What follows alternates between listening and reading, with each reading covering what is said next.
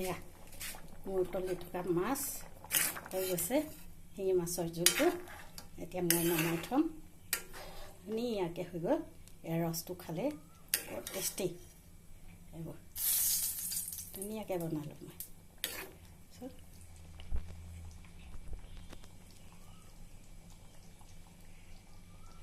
খুব ধুনীয়া কালাৰ। তাৰপিছত এনেকৈ বনাই খাই চাব। ইয়াৰ মানে শিঙি মাছৰ ৰসটো খালে গাটো বহুত ভাল লাগে।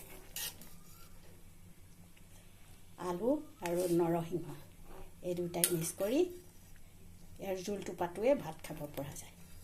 আৰু এইফালে মই তেল পকি গৈছে। ইয়াত মই কাটি থৈছোঁ এইটো চব বেঙেনা, পটল আৰু ফ্ৰেঞ্চবিন। দীঘল দীঘলেই দিছোঁ ফ্ৰেঞ্চবিনটো। এইটো মই এতিয়া ফ্ৰাই কৰিছোঁ।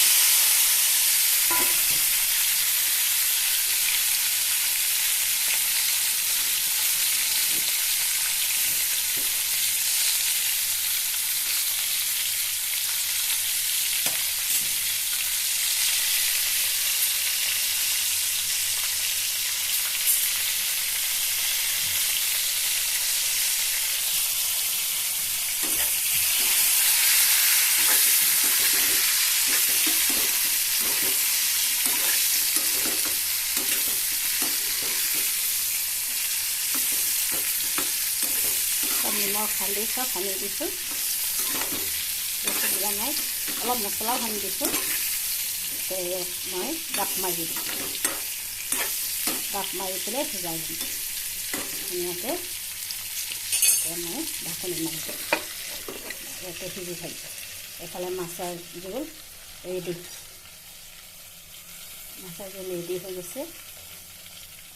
ইয়াত অলপ মছলা লাগি আছে আৰু সেইটো কাৰণে মই এইখিনি ৰসখিনি ইয়াত দি দিওঁ। ঢালি দিওঁ।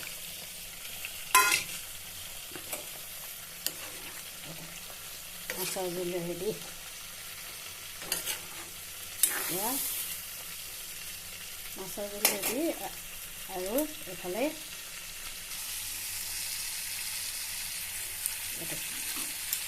সিজি গৈছে।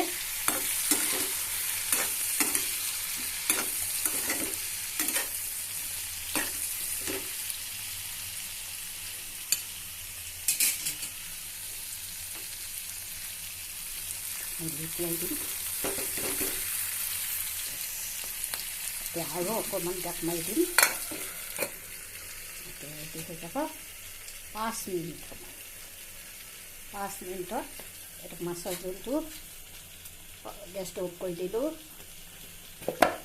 তাৰপিছত ঢাকনিটো লাগি থৈছোঁ। তাৰপিছত কিমান ধুনীয়া কালাৰ। জোলটো পাত খালে আপুনি সদায় খাওঁ খাওঁ লাগিব। খুব টেষ্টি হৈছে। এইটো মই বেছি ঢাকনি থৈ অলপ কোমল কোমলকৈ পানী খাই ভাল লাগে।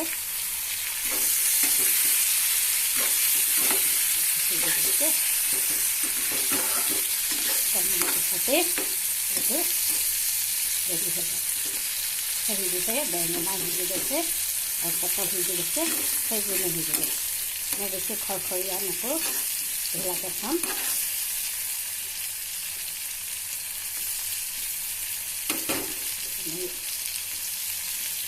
ফ্ৰাই কৰা নিচিনা নহয়, এইটো অলপ কোমল টাইপৰ মানে বনাই খাইছোঁ।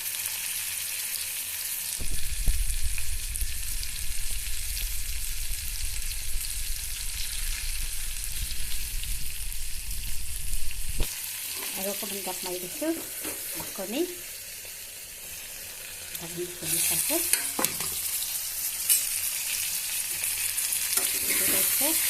নহ'লে বেছি সময় ঢাকি থ'লে বস্তুটো জ্বলি যাব। এইটো অলপ সময় সিজাৰ পিছত মই ঢাকনি মাৰি পেলাই গেছটো অফ কৰি থৈ দিম।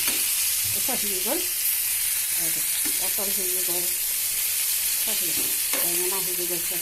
পটলটো কোমল হৈ গ'ল। ইয়াৰ এটা কামুৰি খাবলৈ খুব ভাল লাগে। এইটো বেঙেনাটো বেছি ফ্ৰাই কৰিব নালাগে। ইয়াও মানে এটা খুব বেলেগ ধৰণৰ মানে এনেকৈ বনাই খাব লাগে। সদায় ফ্ৰাই মানে তেলত ফ্ৰাই কৰি খৰখৰীয়া নহয়, এইটো হৈছে এটা কোমলকৈ মানে ভাতৰ লগত কামুৰি খাবলৈ ভাল। বেছিকৈ হৈ দিয়া নাই, হৈ গৈছে। এতিয়া মই সিজি গ'ল, ঢাকনি মাৰি এতিয়া মই থৈ দিম।